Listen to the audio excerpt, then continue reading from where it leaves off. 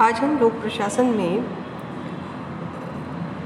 First year के second year के students के लिए जो पेपर है स्टेट एडमिनिस्ट्रेशन, उसमें गवर्नर पहला चैप्टर हमने किया था।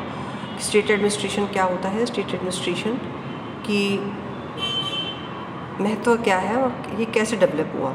आज हम पढ़ेंगे स्टेट एडमिनिस्ट्रेशन में जो इंस्टीट्यूशनल हेड होते हैं किसी स्टेट के, गवर्नर, उनके बारे में।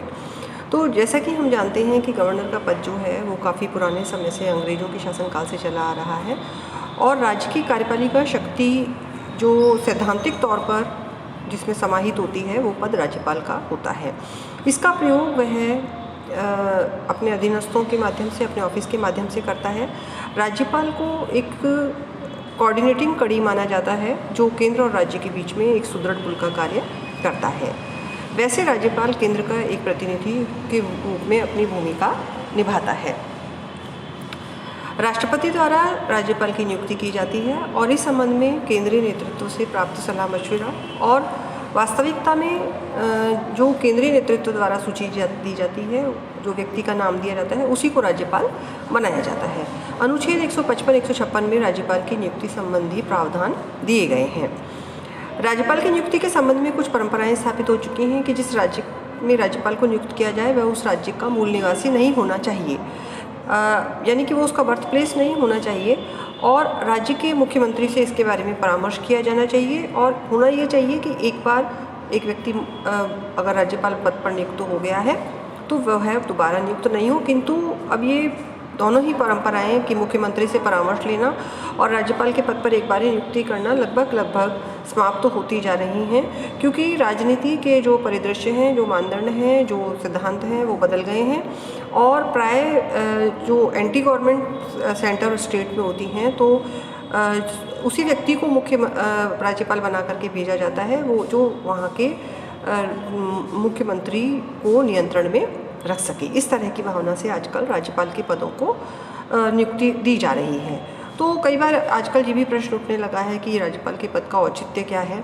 तो एक जो जिस ग्रेस और जिस कोऑर्डिनेशन के लिए इस पद का सृजन हुआ था स्वतंत्र भारत में, उसकी गरिमा धीरे धीरे कुछ सीमा तक कम हुई है। इसके अलावा राज्यपाल का जो पद है वो भारत के संविधान के अनुच्छेद 158 में इसका प्रावधान किया गया है और राज्यपाल जो है वो न तो संसद के किसी सदन का और न ही राज्य के विधानमंडल का सदस्य हो सकता है। राज्यपाल को अपने कार्यकाल के दौरान किसी भी लाभ के पद पर को भी धारण नहीं कर सकता है। राज्यपाल का जो कार्यकाल है वो 5 वर्ष का होता है। वैसे संवैधानिक अनुच्छेदों के अनुसार, अनुच्छेद 156 के अनुसार राष्ट्रपति जो होता है वो राज्यपाल के पद राष्ट्रपति के प्रसाद पर्यंत, यानी राष्ट्रपति के फेवर से अपने पद को धारण किए रहता है, लेकिन वास्तविकता में उसका कार्यकाल 5 वर्ष का है। वह समय से पूर्व भी अपने पद का त्यागपत्र दे सकता है और या उसको केंद्र द्वारा कहीं उसकी अन्यत्र विशेष परिस्थितियों में अन्यत्र कहीं अतिरिक्त कार्यभार भी दिया जा सकता है। राज्यपाल अनुच्छेद 157 में राज्यपाल के पद के लिए योग्यताएं हैं और वह भारत का नागरिक होना चाहिए, वह 35 वर्ष की आयु पूरी कर चुका हो, किसी लाभ के सहकारी पद पर पदस्थापित नहीं होना चाहिए और संसद और राज्य के विधानमंडल में उसका कोई सदन का वह सदस्य नहीं होना चाहिए, यानी किसी भी लाभकारी पद पर नहीं होना चाहिए। इसका कारण यह था कि राज्यपाल के पद को बहुत ही गरिमामय बनाया जाना अपेक्षित था।